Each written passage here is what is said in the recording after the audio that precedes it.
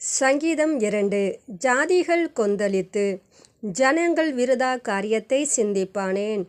கர்த்தருக்கு விரோதமாகவும் அவர் அபிஷேகம் பண்ணினவருக்கு விரோதமாகவும் பூமியின் ராஜாக்கள் எழும்பி நின்று அதிகாரிகள் ஏகமாய் ஆலோசனை பண்ணி அவர்கள் கட்டுகளை அறுத்து அவர்கள் கயிறுகளை நம்மை விட்டு எறிந்து போடுவோம் என்கிறார்கள்.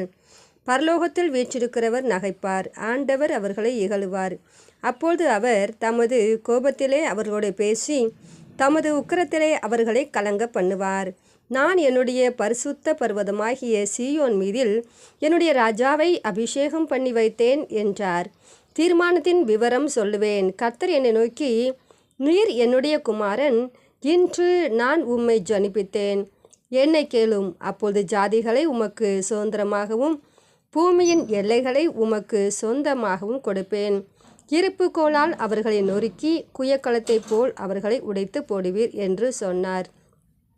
இப்போதும் ராஜாக்களே உணர்வடையுங்கள், பூமியின் நியாயாதிபதிகளே எச்சரிக்கையாயிருங்கள். பயத்துடனே கர்த்தரை சேவியுங்கள், நடுக்கத்துடனே கலிகூறுங்கள்.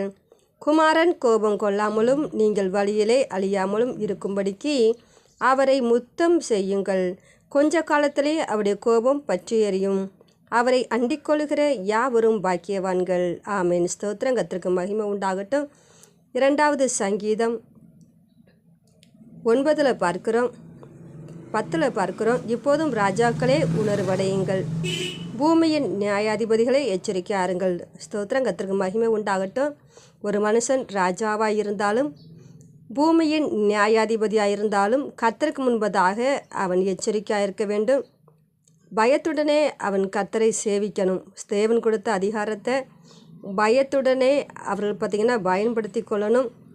தன் இஷ்டப்படி ஆளுகை செய்யாதபடிக்கு, தன் இஷ்டப்படி நியாயம் செய்யாதபடிக்கு தேவனுக்கு பயந்து அவர் வழியில் நடக்க வேண்டும். அவருக்கு ஏற்ற நியாயத்தை ஜனங்களுக்கு செய்ய வேண்டும் என்று சொல்லி இந்த சங்கீதத்தில் நம்ம பார்க்குறோம். அதுபோல் எந்த ஒரு ஆளுமையில் இருந்தாலும், எந்த ஒரு ஸ்தானத்தில் இருந்தாலும், குடும்ப பொறுப்பில் இருந்தாலும் கூட, அல்லது ஏதோ ஒரு வேலையில் ஒரு சின்ன அதிகாரத்தில் இருந்தாலும் கூட, நிச்சயமாக நம்ம செய்கிற ஒவ்வொரு காரியத்தையும் தேவன் பார்க்கிறார் என்று சொல்லி நமக்கு ஒரு பயம் இருக்க வேண்டும்.